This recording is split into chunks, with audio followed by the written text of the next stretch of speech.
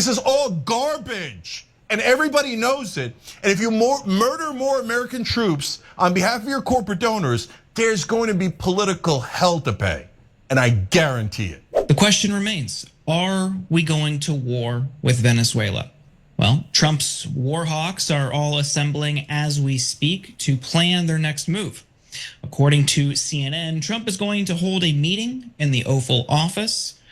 The guest list includes Secretary of Defense Pete Hegseth, Chairman of the Joint Chiefs of Staff General Dan Kane, and Secretary of State Marco Rubio are expected to attend, as well as White House Chief of Staff Susie Wiles and Deputy Chief of Staff Stephen Miller. Trump has already attacked very small boats while deploying very large boats. Here is a graphic representation of the U.S. military presence. 15,000 troops have been sent to the area along with a major aircraft carrier and over a dozen ships in total. The Pentagon is calling it Operation Southern Spear. Trump also admitted to allowing the CIA to operate in Venezuela. The New York Times reported a few days ago that Trump had spoken directly with Venezuelan President Maduro. When asked about the call, here's Trump's response. I would comment on it. The answer is yes. And can you tell us a little bit? No, I can't do that. Did you say it went well? I would say it went well or badly.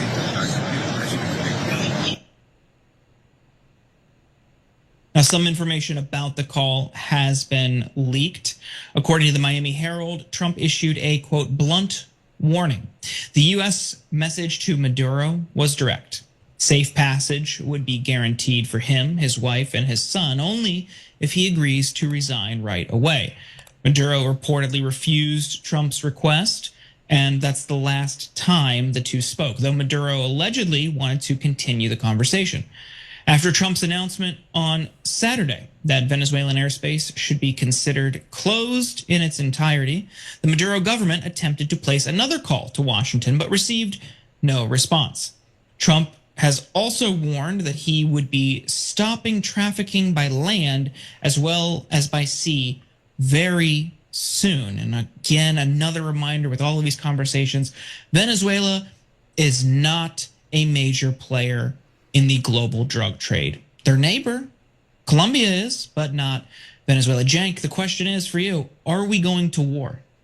So yeah, the question is Trump bluffing or not? So if he's bluffing and he pulls up all these warships and he does the angry call and says you got only a short time to live, you better turn yourself in and we'll give you safe passage for your wife and your kids, etc. And if it works and he leaves and then ExxonMobil's CEO becomes the new president of Venezuela, I guess all is well, a coup well done. I'm not in that camp. I don't want that. I think it's ridiculous that we meddle in other people's affairs and not for the benefit of America, but for the benefit of corporate donors who would like that oil, etc. But that's where the damage is limited. What if Maduro calls his bluff? And by the way, he's in the middle of calling his bluff because he said, according to reports, and again, we don't know if this is exactly right or not, but apparently what Maduro asked for was no safe passage for many others that are connected to the administration, like the blanket amnesty for anyone that was involved in his government, and maybe even not political control, but control over the Venezuelan troops. Because that second part's a joke. If you're in charge of the Venezuelan troops, you're in charge of Venezuela, right? So that's never going to be given. But the blanket amnesty, I don't know about. But he doesn't seem like he's saying, oh, okay, Daddy Trump, I'm so scared. Here, I'll run away, right? So if he doesn't run away and Trump's bluff gets called, if it was a bluff, then what does he do? Well, right now, there's a lot of senators asking, including Republican senators, hey, what are we doing? We never declared war on Venezuela. And hey, wait a minute, why are we going to war with rando Venezuela? Because of drugs? Okay, I mean, I don't want this to happen under any circumstance, but Mexico and Colombia are 10, 20, 200 times the issue with drugs. China, with producing some of the parts for fentanyl, is an issue. Afghanistan is a huge issue. Are we going back into Afghanistan? All those countries are a much bigger problem in the drug trade than Venezuela is. On the other hand, Venezuela has the largest oil reserve in the world. I'm sure a coinkydink. By the way, barely mentioned in mainstream media. Like, oh yeah, oh by the way, paragraph 15, largest oil reserve in the world. And according to reports, here comes more of a mystery. Maduro has already said, oh, you can take our oil, just don't kill me, right? Yeah, so they want that oil, man.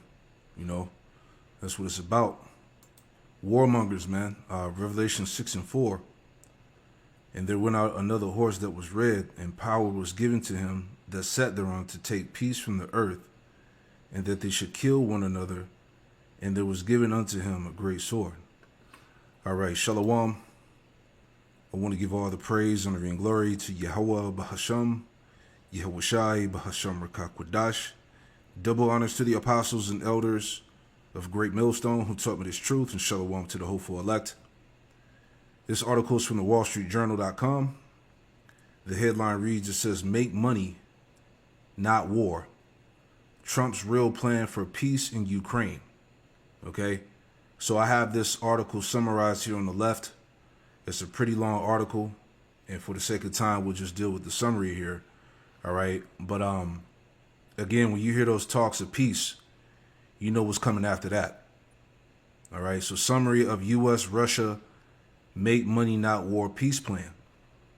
It says the selected article details private business-focused negotiations involving U.S. businessmen close to President Trump and a high-ranking Russian official aimed at ending the war in Ukraine by offering significant commercial incentives to the U.S. and Russia, often bypassing traditional diplomatic channels and excluding European allies, right? Jumping down here, key figures in talks. Participants: Steve Witkoff, billionaire developer and Trump special envoy. Jared Kushner, all right, who's a tiny top, by the way. President Trump's son-in-law, and Kirill Dmitriev, head of Russian sovereign wealth fund and Putin's negotiator, all right?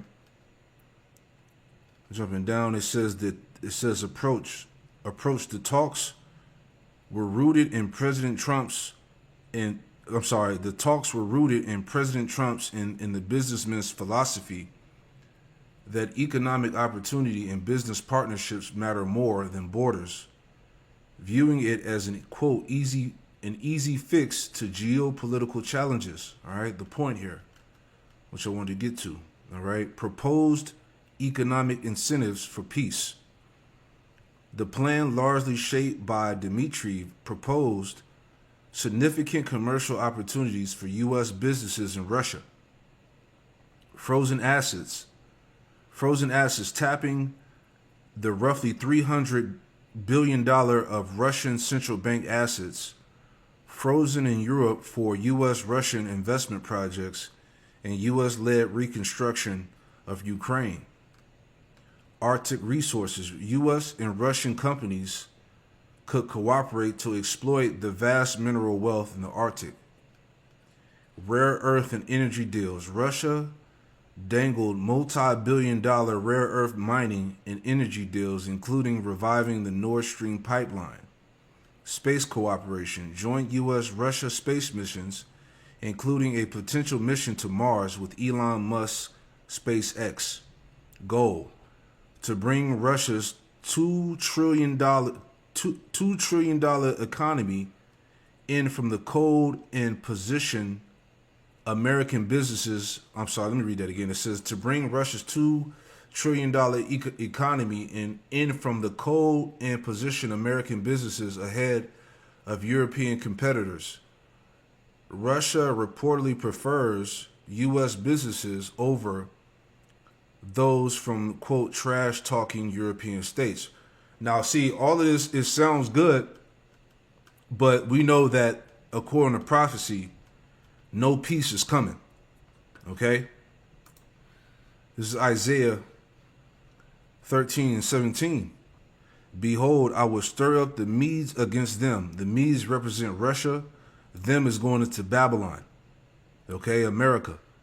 Behold, I will stir up the Medes against them, which shall not regard silver and as for gold, they should not delight in it, right? So as we were reading this article here, I had it pulled up in the chat, that Isaiah 13:17, and it's spot on to what's going on, what's being talked about in this article here, right? So again, Isaiah 13:17 breakdown. Behold, I will stir up the Medes against them, which should not regard silver, and as for gold, they should not delight in it.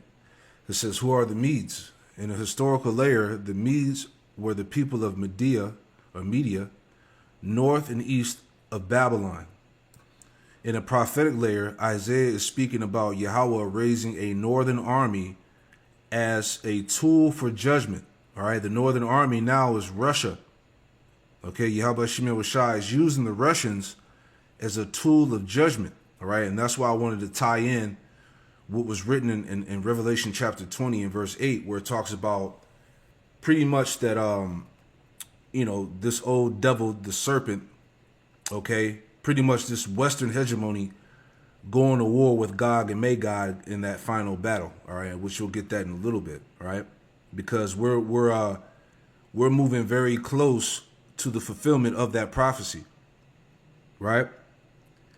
It says, but Isaiah 13 is more than history. It is the day of the Lord, end time, and Babylon system prophecy. All right. So this prophecy that we're reading in Isaiah 13:17 is talking about now. Okay. What's getting ready to happen in these times. Number 2, I will stir up the Medes. It says Yahweh is the one orchestrating the attack. It says stir up equal to rouse, awaking, or incite. This means it's divine judgment, not random geopolitics.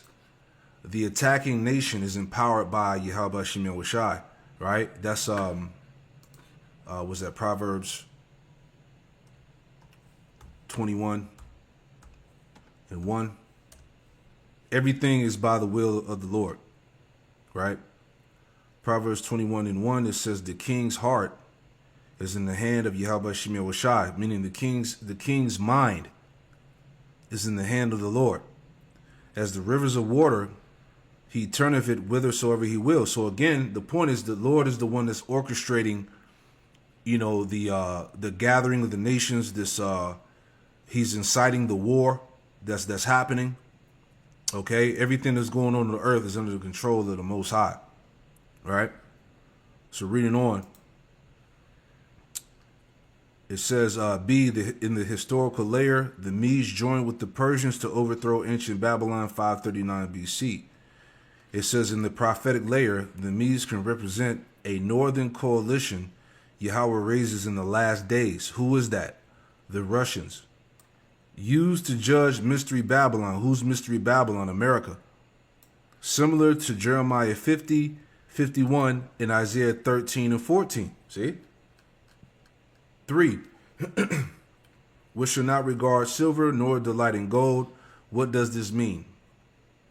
This is the key phrase. It means the invaders, cannot be bribed. You can't buy them off. Wealth will not stop judgment. As we were reading here, as we were reading the points going into the proposed economic incentives for peace, right? It said what? You can't buy them off. Wealth will not stop the judgment. So no matter what these people are doing, these businessmen, all right, no amount of money, incentives, or whatever is going to stop this war from coming. All right, there is no peace. B, their purpose is destruction, not gain. They're not coming to negotiate, trade, or plunder. They're coming to destroy Babylon. See? So this cancels out. All right, this prophecy cancels out all this stuff that was being said in this article here, man. Okay? Make money, not war. Trump's real plan for peace in Ukraine. It's not going to happen. Okay? Because as we speak, things are intensifying between Russia and Europe as well. And we'll get that in a minute. Right? So let's read some more. It says... It says, see, this shows the severity of judgment. They are not motivated by wealth, political alliances, diplomacy, economic deals. They are driven with divine wrath. See, the Lord is in control. Okay? So again, when you hear about the peace talks and, them coming to an agreement on this and that, it's not going to happen, man. Okay? You cannot, again, as I always say, you can't offset prophecy, right? D, this aligns with the next verses, Isaiah 13 and 18, 19, and 20 through 22. They slaughter without pity. Babylon becomes Sodom and Gomorrah. Permanent desolation. This is a total irreversible judgment, not a normal war. All right? And I'll read this last part and we'll go on. Number 4, how does this fit with end time Babylon prophecy? The Medes in prophetic typology represent a nation or coalition from the north, raised specifically to destroy the end time Babylon power. And who was that? America. Motivated by Yahweh Shem Yahushai, not money. Right? And then the list of precepts, so on and so forth. Right? So anyway, let's move on. So we get the point there. Right? No peace is in the air. Okay? As I was talking about. This is from the AP News. Putin accuses Europeans of sabotaging peace efforts on Ukraine and meets U.S. delegation. All right. So again, as we're reading here, according to the will of the Lord, according to prophecy, no peace is in sight. Ezekiel 7 and 25, destruction cometh, and they shall seek peace, and there shall be none. Okay, no peace unto the wicked. 1 Thessalonians 5 and 3, for when they shall say peace and safety, then sudden destruction cometh upon them, as travail upon a woman with child, and they should not escape. Okay, so as we see it, right, destruction is on the horizon. Destruction is coming, man, and it's not going to stop, right? It says, but ye, brethren, are not in darkness, that day shall overtake you as a thief, right? Because we understand what's going on, okay? We're operating with the light, okay? Through the spirit and power of Yahweh Shem Yahushai, through this wisdom. You are the children of light and the children of the day. We are not of the night, nor of darkness. Therefore, let us not sleep as do others, but let us watch and be sober. And this is exactly what we're doing, all right? We're watching everything that's playing out across the planet Earth and tying it back to Bible prophecy. All right. So the point again is that we're very close to this war between America and Russia, man. The war of Armageddon. Right. So again, Putin accuses Europeans of sabotaging peace efforts on Ukraine and meets U.S. delegation. Right. Check this out. This came out 5 hours ago. Okay. Putin tells Europe we're ready for war. Destroys EU leaders for sabotaging Trump's peace plan. I've said that 100 times. We have no plans of fighting against Europe. But if Europe wants to fight and they start this fight, then we are ready right now. There is no doubt about this. But the only question is, if Europe starts the war, unleashes this war, because that's not Ukraine. With Ukraine, thirdly, they have no peace agenda. They are warmongers. Even when they are trying, allegedly, to introduce some changes, some adjustments to the President Trump's proposal, all these changes have only one goal in mind. They are aimed at blocking and putting to a halt this peace process. They are trying to make demands that are unacceptable for Russia, and they understand this, and then later they would try to blame Russia, accuse Russia of stopping this peace process. This is their objectives, and we can clearly see that. That's why, well, if they want to go back to the reality, considering the reality on the ground, then they are welcome. Yeah, like you were saying, hey, Putin is telling the world that they're ready for war, right? Jeremiah 51. 28. Jeremiah 51 and 28, it says, prepare against her, who's her? Babylon. Prepare against her the nations with the kings of the Medes, okay? The Russians, and the captains thereof, and all the rulers thereof, and all the land of his dominion. And the land shall tremble in sorrow, for every purpose of the Lord, Yahweh Shem Yahushai, shall be performed against Babylon. So again, everything is through the purpose of the Most High. This is the Lord's war. For every purpose of the Lord, Yahweh Shem Yahushai, shall be performed against Babylon, to make the land of Babylon a desolation, excuse me, to make the land of Babylon a desolation without inhabitant. Okay? This is what we're vastly approaching here, man. The complete destruction of Babylon the Great, which is America. Right? We are not against this.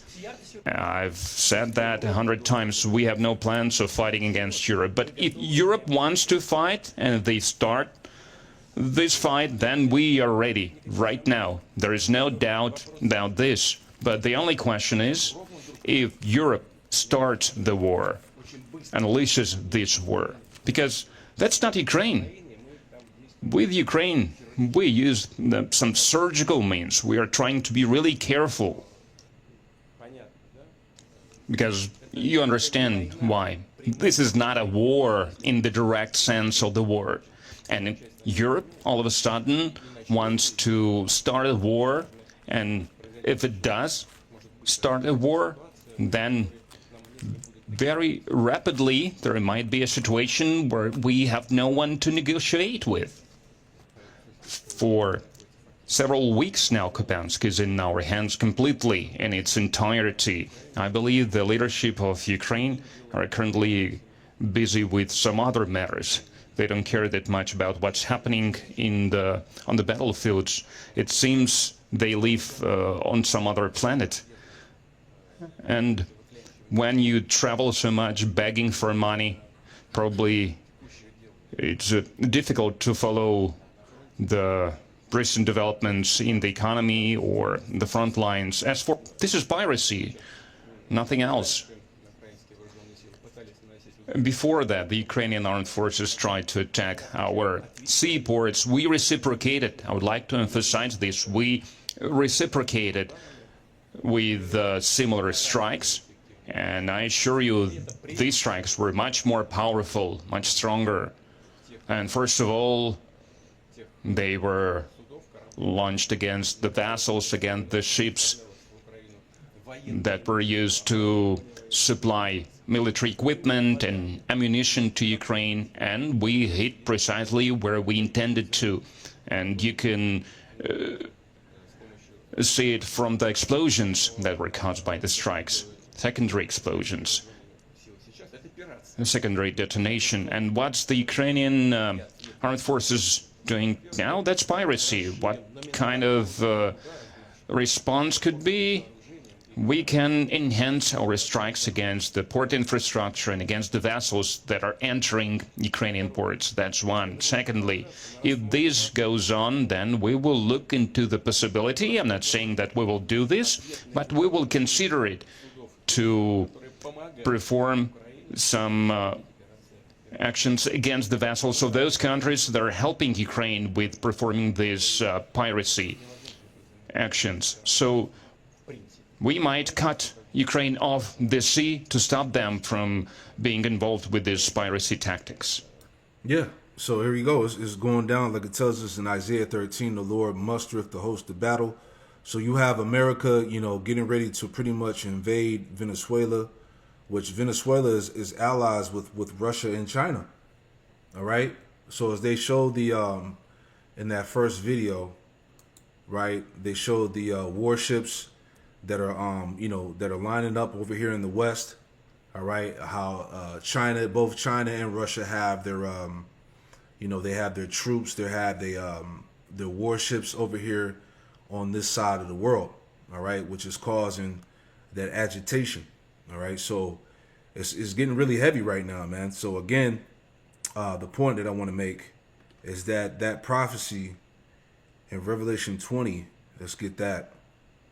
All right, the war with Gog and Magog is getting ready to come to pass soon, man. All right. This is Revelation 20. And let's read to it. All right. So this is, I read Revelation 21 through 3, and then we'll jump to 7 to 8, which is the point. Okay. So this is Revelation 20 and 1. It says, and I saw an angel come down from heaven. That angel is Yahweh Shai. It says, and I saw an angel come down from heaven, having the key of the bottomless pit. All right. The bottomless pit represents Europe and its lack of natural resources. Having the key of the bottomless pit and a great chain in his hand, which represented slavery. All right. Because Esau was bound, 1,000 years, which was known as the Dark Ages, where Jake was ruling Europe. Right. Verse 2, and he laid hold on the dragon, that old serpent, which is the devil, all right, going into the Western pagan Roman Empire, which fell. And it says, and bound him, let me read it again. It says, and he laid hold on the dragon, the old serpent, which is the devil and Satan, and bound him 1,000 years. So again, Esau was enslaved under the Israelites for 1,000 years, which is known as the Dark Ages, all right, when Jake was ruling Europe for that 1,000 years. Verse 3, and cast him into the bottomless pit, right, and shut him up and set a seal upon him, all right, going into the fact that Esau, the influence of the pagan Roman Empire was bound up. It was done at that time. It says, and put a seal upon him that he should deceive the nations no more till the 1,000 years should be fulfilled, right, which that goes into the time of the Renaissance, when Esau got back in power, the Renaissance period. To the 1,000 years should be fulfilled, and after that he must be loose for a little season. So we're in the midst of that little season of this devil being loose now. Okay, but we're in that time where this little season is almost over with. All right, which is the point here in verse 7 and 8. Right, Satan freed, doomed.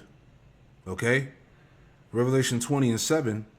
And when those 1,000 years are expired, Satan shall be loosed out of his prison. Again, going back to the Renaissance period. Okay, it says, verse 8, the point, and shall go out to deceive the nations which are in the four quarters of the earth, which he did that. Okay, Esau is responsible, okay, for deceiving the nations. Babylon, through his wines and philosophies, idolatry, okay, the sorcery, witchcraft, all the stuff that it pushed, all the philosophies of wickedness that this place has pushed, contrary to the Most High.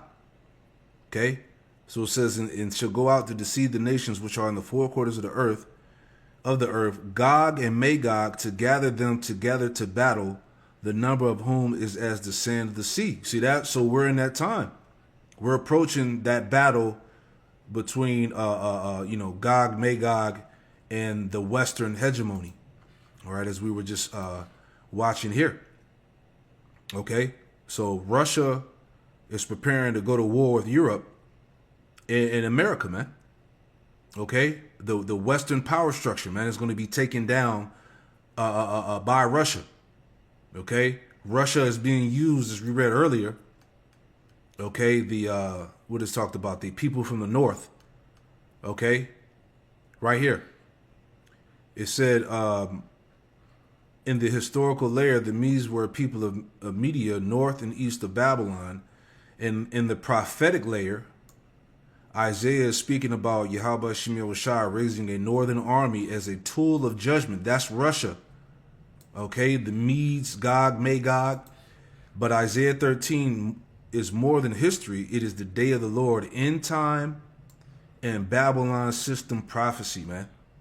Okay, so ChatGPT was on point. Okay, this place is about to fall. Okay, the writing's on the wall here, man. So just wanted to put that out there. That's what I was thinking about, as far as like, how, we're coming into that time of that prophecy being fulfilled.